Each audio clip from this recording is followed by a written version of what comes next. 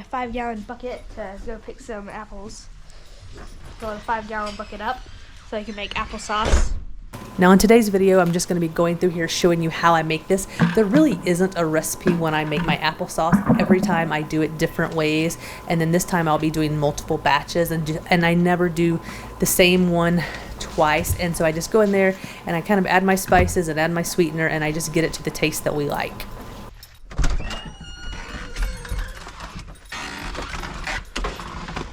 It's October in Idaho, and that means it is apple season. And so today we are going to go ahead and make some applesauce because we are almost out.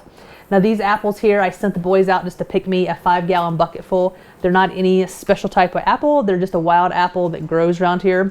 They're not a crisp apple, but they make a really good applesauce. When I make these, it's really simple. I don't even peel them. I'm just going to cut around the core, and then I'm going to throw them into a very large roasting pan, add some cinnamon sticks, and then I'm going to let it cook down for the next 24 hours before I go to the next step, which is adding the sweetener.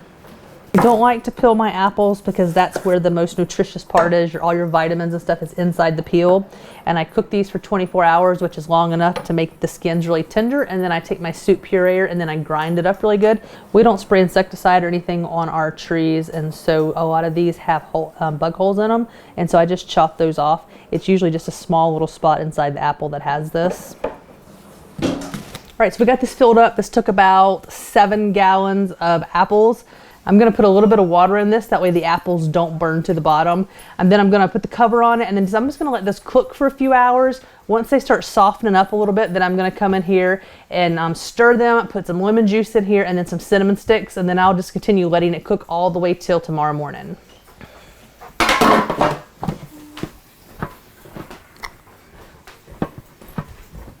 So that applesauce has been cooking for about 18 hours now. Now I had to go to town yesterday, and so I had Finn just finish up this part for me. But what I did is once those apples cook for a while, they cook down really low to probably half the pot. And so I had Finn go to the tree and pick me some more apples and then go ahead and chop those up and add them to what was in there. And so once that got done, we have a complete pot back here. It's been cooking for probably totally about 18 hours.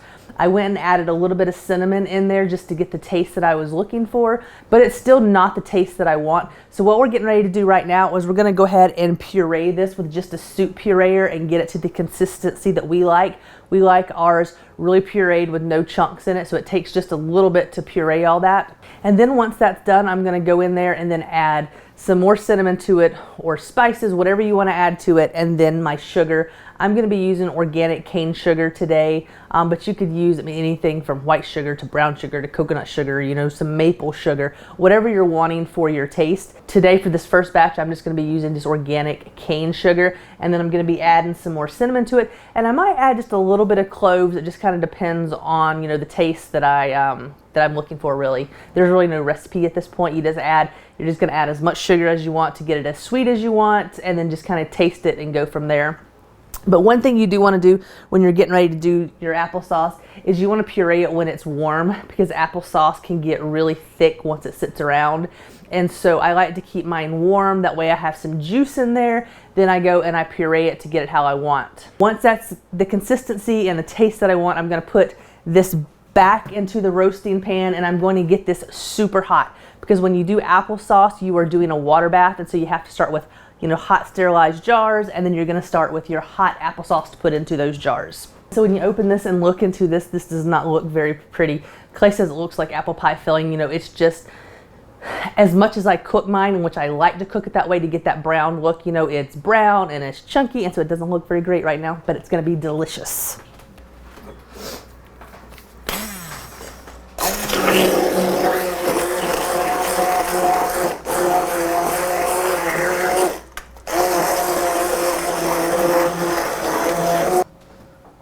All right.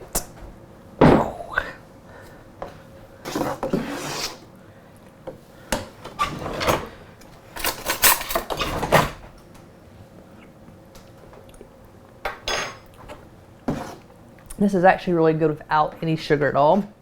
It's a little bit tart, so I'm gonna add some, but it doesn't have enough cinnamon. We like ours really cinnamony, so I'm gonna add some more cinnamon and then some organic cane sugar.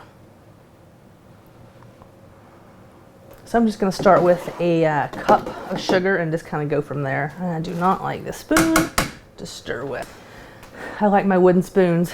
And fun fact here, when Clay and the boys go hiking and camping, they don't ever take spoons with them. When they get to where they're going at dinner time, then they get a piece of wood and carve spoons. So I have all kind of different spoons that have been carved by Clay and the boys on the trips that they've taken. Okay, so once I get that mixed in, I'm going to use the pureer again just to make sure all the cinnamon and sugar is mixed in really well. All right, so this is pretty good. I ended up using probably a cup, a 1 1/4 cup of sugar in this, and I'm not going to put any cloves in it. I'm just going to leave this plain cinnamon applesauce. The next batch I'll probably do cinnamon and clove. When I sliced all my apples up, I did not peel them just because I don't have time to peel a bunch of apples, and I don't mind having small little pieces of apple peel in my applesauce. I use that soup pureer, so they are very fine. If you leave your peels on, you are going to have just tiny little pieces. I don't even know if you can see it in here. You are going to have tiny little pieces of the peel left in here, and you can taste it and tell that it's peel. I don't mind it. My crew doesn't mind it. But if you didn't want that, if you didn't want that peel in there, you could peel your apples before you get started, or you could use like a sieve and grind it through. It just takes too much time for me. I like it like this. My crew likes it like this, so this is what we're going to go with.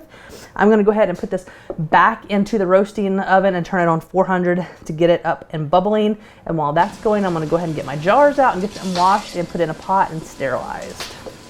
So when you do applesauce, you're just doing a water bath. And so right now I have all of my jars boiling back here and my lids boiling. That way you sanitize them and there's no germs left in the jars. And before you get started, always check your jars for nicks and cracks. Even if they're brand new, they can still have nicks in them, so you always want to check for that before you get started. We're going to go ahead and can this now. This is very hot. It was boiling out there, and I've got all my jars sterilized. We're going to go ahead and start filling the jars up. When you can applesauce, you don't have to add pectin in there. You could add some lemon juice if you wanted, but you don't have to. All right, Finn. And my helper woke up, so he's going to be helping me out. I finally got out of bed. Come on over you. Don't drip that on your head. That would be hot. So when you fill your jars, leave about a 1/4 inch headspace at the top so your jars seal properly, and make sure you get a hot rag and go around and wipe all the applesauce off the rim of the jar so you get a seal. And then you're going to put hot sterilized lids on top and put your rings on so they're fingertip tight. Then you're going to put your jars back into the water and you're going to give them a water bath for 20 minutes. It doesn't matter whether you're using pints or quarts, it's still 20 minutes. But that 20 minutes doesn't start until your water starts boiling again.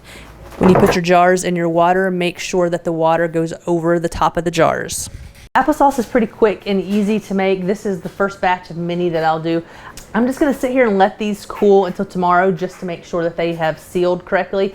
If I have any that don't seal, I'll just go ahead and put them into the refrigerator and have the kids eat them within the next week or so. Or better yet, you can spread it out on a dehydrator tray and make fruit leather. So I like to keep a lot of applesauce on hand. One, because my kids eat a lot of it. But two, you can mix this with, oatmeal for breakfasts in the morning. And then also, if you don't know this, you can use applesauce in place of oil for baking. So I usually keep some applesauce on hand that doesn't have any kind of cinnamon or anything in it, just plain applesauce. That way, if I do need some oil, I can go out there and just grab a jar of unflavored applesauce and then add that to my baking. All right, so I hope you enjoyed the video today. I know that wasn't much of a recipe that I just gave you. It's just the process that I go through to make applesauce and can it. And so that's going to wrap this video up, and I will see you on the next one.